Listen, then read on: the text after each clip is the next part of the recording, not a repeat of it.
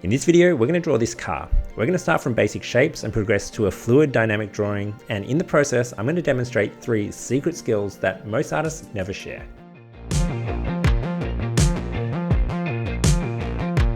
Hey guys, my name is Jay, and if you're new here, this is part 2 in a series teaching you how to draw from scratch in Procreate.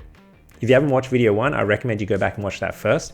In it, we learnt the basics of drawing using lines and shapes to construct simple objects. Now we're going to draw this car. You can screenshot the reference here, but don't worry, it's going to be visible throughout the entire video.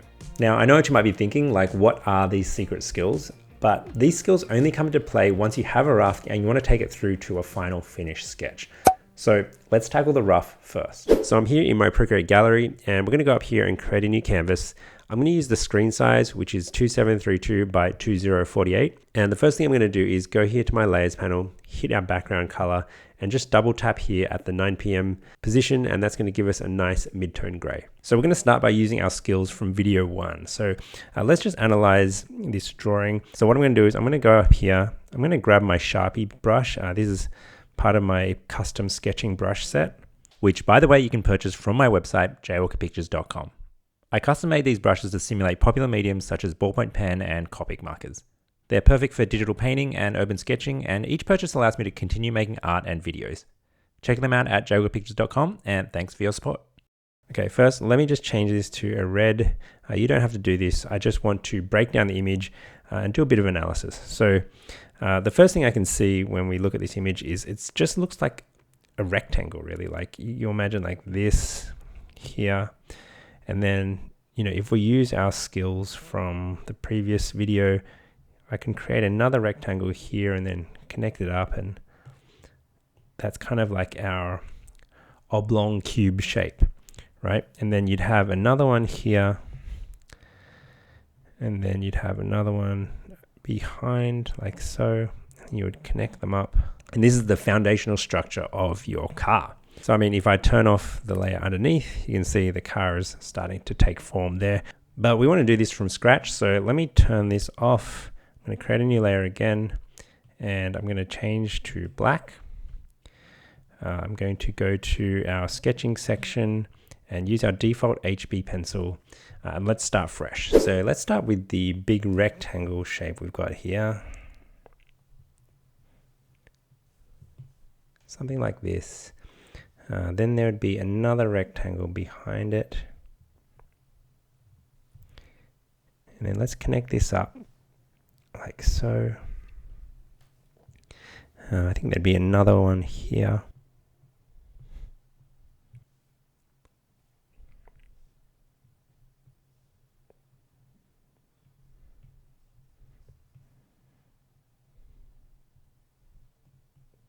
Okay, and I'm going to erase this behind section because it's kind of confusing.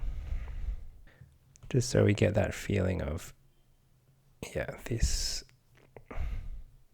coming this way. Let's put in roughly where I think the wheel would be.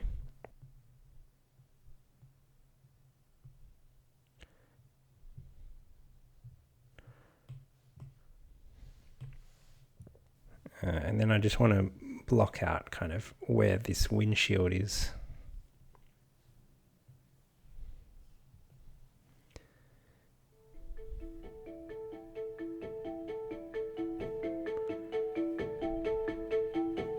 You have a shape kind of like that.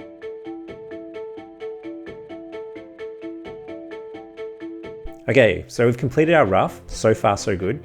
But how do we go from this step to a final finished drawing?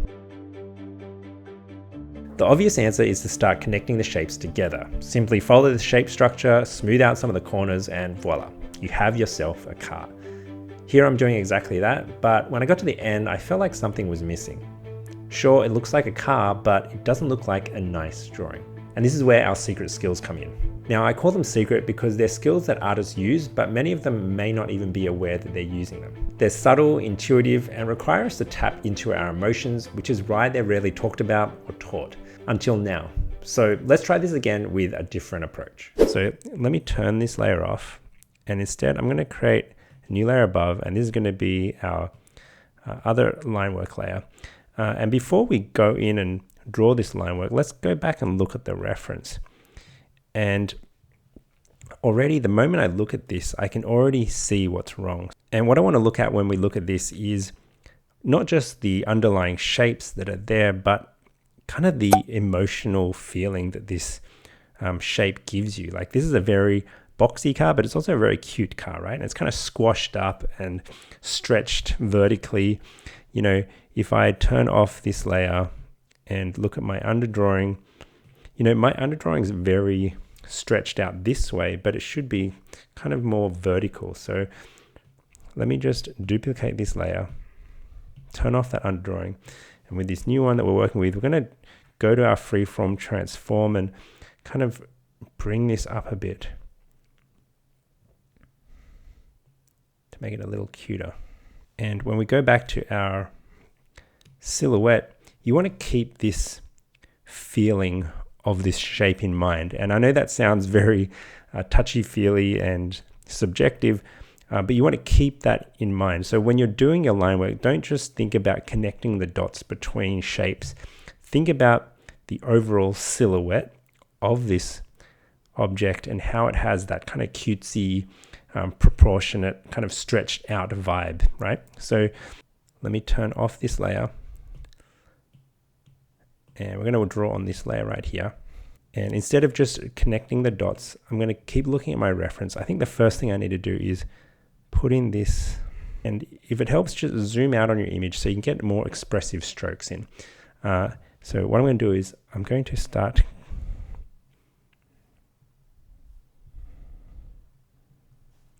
And I'm trying to emphasize that bubbly nature of, you know, to have really bold strokes.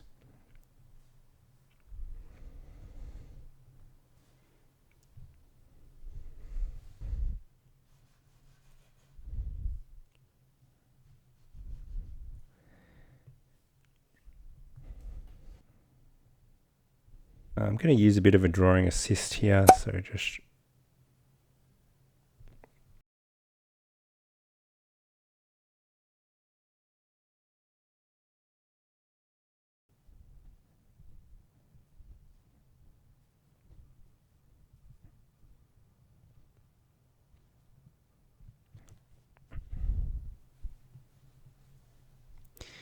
and even using like a low angle stroke like this is really helpful.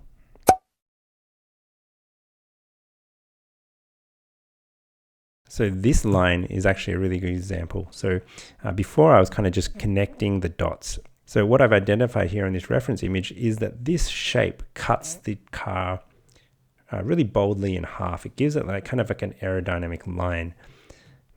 And so because I've identified that, now when I go and do my drawing, I've kind of tried to capture that dynamism of that shape rather than just joining the lines together, you know what I mean? So these are very like subtle decisions that you wouldn't actually be taught, and they change on a case-by-case scenario. But yeah, I just hope you can understand what I'm trying to get at when in this situation. So now we want to add a bit of detail here for the headlights. And again, I'm using that low angle stroke because I just feel it's more expressive.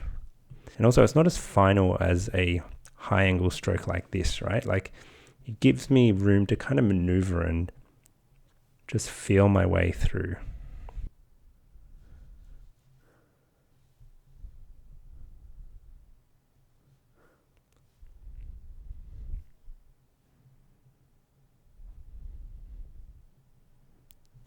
And now that I kind of know, okay, this placement is correct, I can go in with a more high angle stroke and just define that.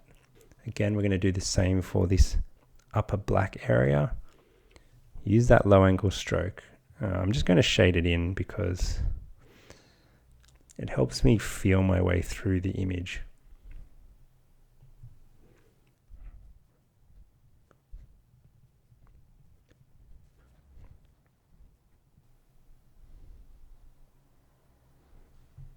So you just saw here, I was kind of trying to draw a line here, but it was kind of wobbly. So make sure you rotate your wrist and arm around so you can get those dynamic strokes in. I'm just trying to hit those major areas. So now I'm getting the door, and I'm just trying to get the placement right. So, you know, we'll have door handles here. Another door handle here.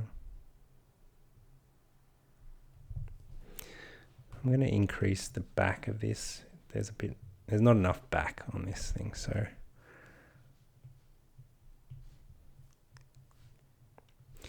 again, this is the back of this is a very expressive stroke, kind of like I don't know if I can get it in, but yeah, like that.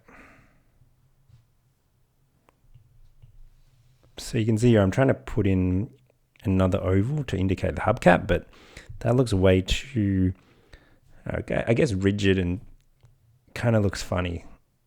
It looks too fake. So what I'm going to do is instead I'm just going to suggest, if I remove this, let's look at our reference. You can see these there's these dark patches here. So instead of drawing each individual line, I'm just going to suggest these dark patches using a low angle hatch or a stroke. And see, like this is stuff that, yeah,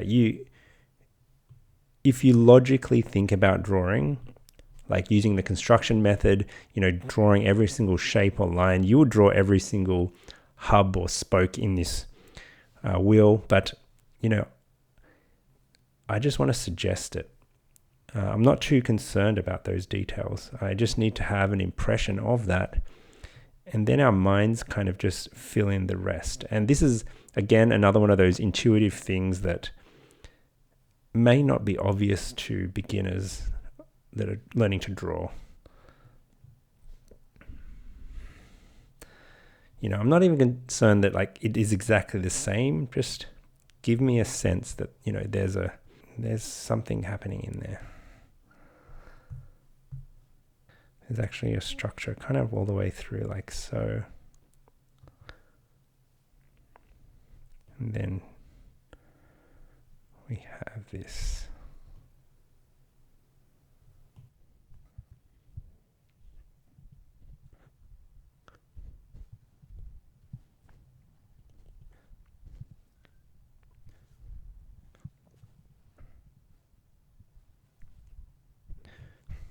This is the side mirrors. So I'm using a low angle stroke here just to delineate some of the shadow underneath. It doesn't have to be perfect. You want kind of that looseness, and it adds to the style, like you don't want everything to be so rigid and neat. Okay, and I mean, there's going to be a little Honda badge here. No, what I'm going to do is I'm going to shade in using kind of not a full-on low angle shade like this, but kind of just to mix things up texturally, do a bit of a vertical hatch like this.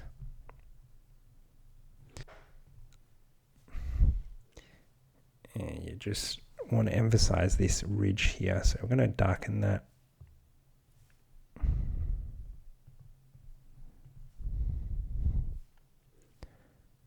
Now that I'm a bit more confident with my forms and shapes, I can go in with a sharper edge.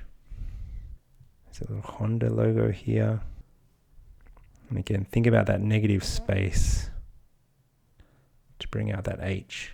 Instead of drawing it all individually, very nice. Again, I'm just going to cover this with a low angle hatch, just cover this whole black portion. You might be wondering, why don't you just fully blacken out this whole area?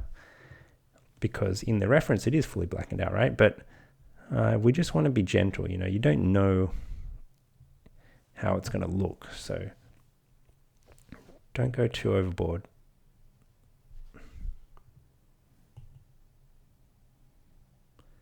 And then as you build confidence, then you can add more.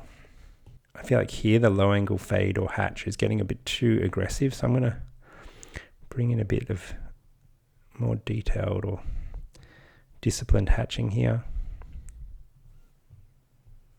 And just to ground this, I'm going to clean that up. I'm going to add a bit of a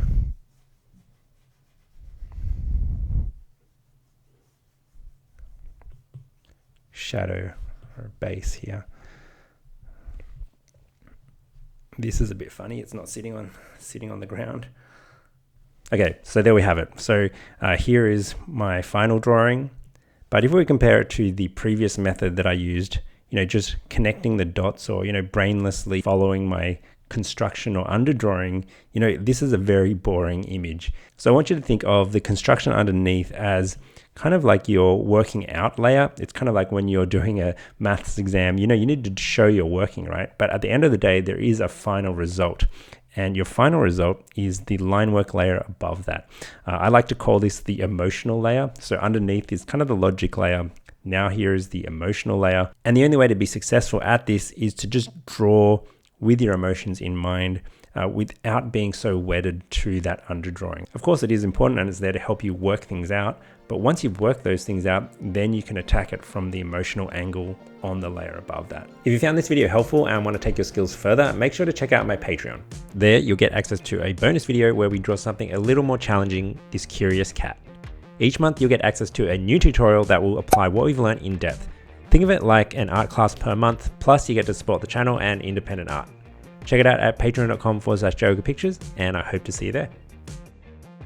Okay, so to recap, today we learned how to transition from a rough sketch to a fluid, finished drawing using our 3 secret skills. Number 1, look for silhouettes and the emotional character of the shapes you're drawing. Number 2, look for the dynamic energy in your subject and use low-angle strokes to feel your way through the shapes. And number 3, suggest detail instead of drawing every single detail. Now, admittedly, these skills are pretty advanced, so if you're still struggling to draw, make sure to check out the 3rd video in this series where I share 3 easy drawing techniques, including one that will trick your brain into being able to draw anything.